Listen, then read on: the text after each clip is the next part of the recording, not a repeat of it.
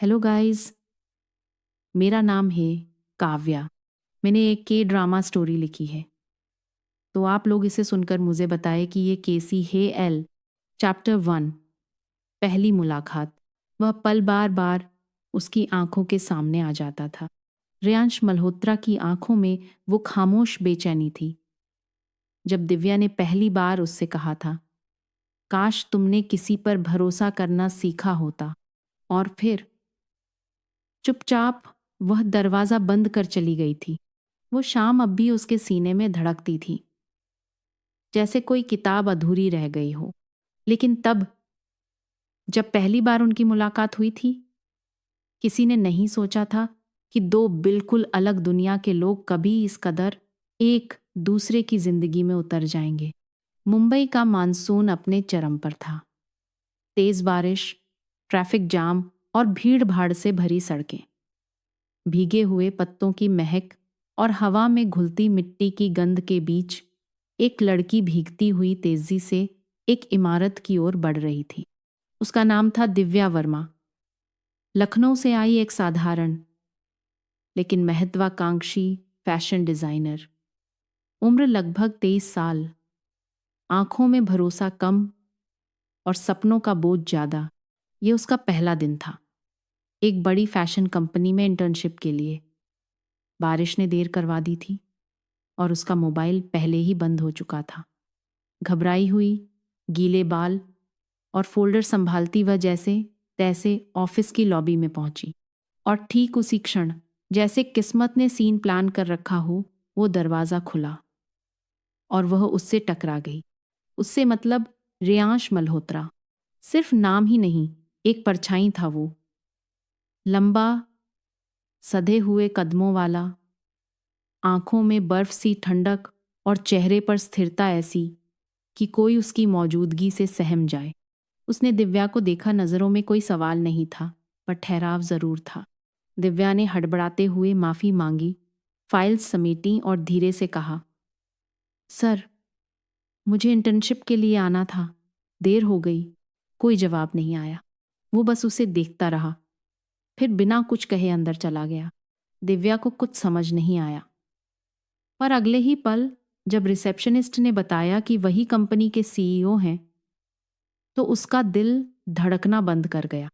Reyansh Malhotra, fashion industry का एक नाम, जिसकी दुनिया में केवल परफेक्शन चलता था। समय के पाबंद, भावनाओं से दूर और हर छोटी चीज पर पकड़ रखने वाला इंसान।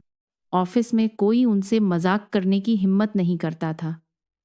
लोग उन्हें आइस किंग कहते थे, ठंडा, नियंत्रित और एकदम पेशेवर। और उसी ऑफिस में अब थी दिव्या, जो अभी तक कॉफी मशीन का ढक्कन भी ठीक से नहीं खोल पाई थी। पहले दिन से ही गलतियां शुरू हो गई थीं। कभी मीटिंग की रिपोर्ट अधूरी छोड़ देना, कभी क्लाइंट फोल्डर गलत भेज देना। लेकिन सबसे ज्यादा बेचैनी तब होती जब उसकी नजर रेयांश से मिलती। वो कभी कुछ नहीं कहता था, बस देखता था गहराई से, जैसे वो हर गलती याद रख रहा हो। पर कुछ अजीब था। हर बार जब दिव्या डरती कि अब उसकी नौकरी चली जाएगी, तब कुछ नहीं होता। वो चुपचाप सब देखता और फिर जैसे तैसे वक्त बीत जाता। एक शाम की बात है। ऑफिस लगभग खाली हो चुका था। दिव्या एक पुराने डिजाइन स्केच पर काम कर रही थी। गलती से एक मीटिंग प्रेजेंटेशन फाइल डिलीट हो गई। वो कांपते हाथों से उसे वापस लाने की कोशिश कर रही थी, पर कोई उम्मीद नहीं थी। तभी आवाज आई, बैकअप ड्राइव चेक किया। वो चौंक गई, पीछे देखा तो रेयांश वहीं खड़ा था। जी नहीं, उसने धीमे से कहा, देख लो, शायद मिल जाए। वो बिना रुके चला गया। दिव्या ने जैसे तैसे बैकअप देखा और वाकई फाइल वहीं थी। उस रात पहली बार उसके चेहरे पर मुस्कान आई, क्योंकि उसने सिर्फ एक फाइल नहीं पाई थी, बल्कि किसी के भरोसे की एक झलक देखी थी। धीरे धीरे ये छोटे छोटे पल बढ़ने लगे। कॉफी मशीन पर एक दो बार टकरा जाना, एक ही मीटिंग में आमना सामना हो जाना, और कभी कभी जब सब चले जाते तो दिव्या को लगता कि उसकी उपस्थिति रेयांश की नज़रों में कुछ देर ठहरती है। वो सीधे कुछ नहीं कहता था, लेकिन उसके अंदाज में एक चुप संवाद था। एक दिन जब दिव्या अपने स्केच में मग्न थी, उसने महसूस किया कि कोई उसके कंधे के ऊपर से देख रहा है। रेयांश ने कहा, तुम्हारे डिजाइन्स में कुछ है, किसी किताब की कहानी जैसी सादगी। दिव्या ने पहली बार उसकी आंखों में सच्ची रुचि देखी। कुछ हफ्तों बाद एक महत्वपूर्ण क्लाइंट प्रेजेंटेशन के दिन रेयांश ने अचानक दिव्या को अपने साथ मीटिंग रूम में बुलाया। सर, उसने चौंक कर पूछा, तुम्हारे डिजाइन्स असली हैं? दिखाओ उन्हें, उसने शांत स्वर में कहा। वहां कंपनी के वरिष्ठ डिजाइनर भी थे, क्लाइंट्स भी।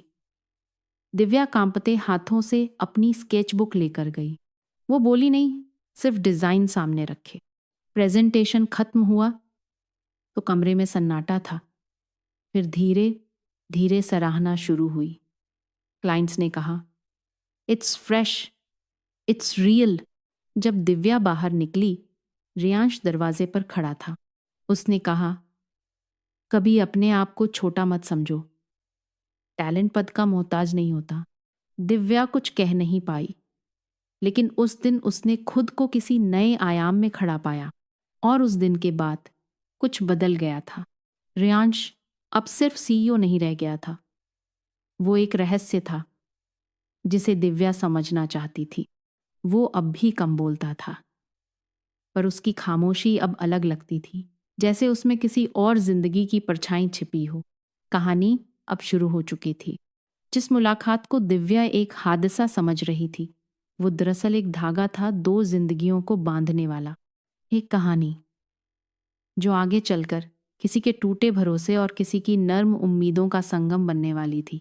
अगर आपको भी अपनी और अपने पार्टनर की भी ऐसी लव स्टोरी चाहिए, तो कमेंट में आप दोनों का नाम भेज दे और आपको जिस भी तरह की स्टोरी बनानी हो वो बता दे। इसी तरह की और कहानियाँ सुनने के लिए हमारी चैनल को सब्सक्राइब कर दे और चैनल पेज पर जाके वहाँ से और भी दिलचस्प कहानियाँ सुन सा।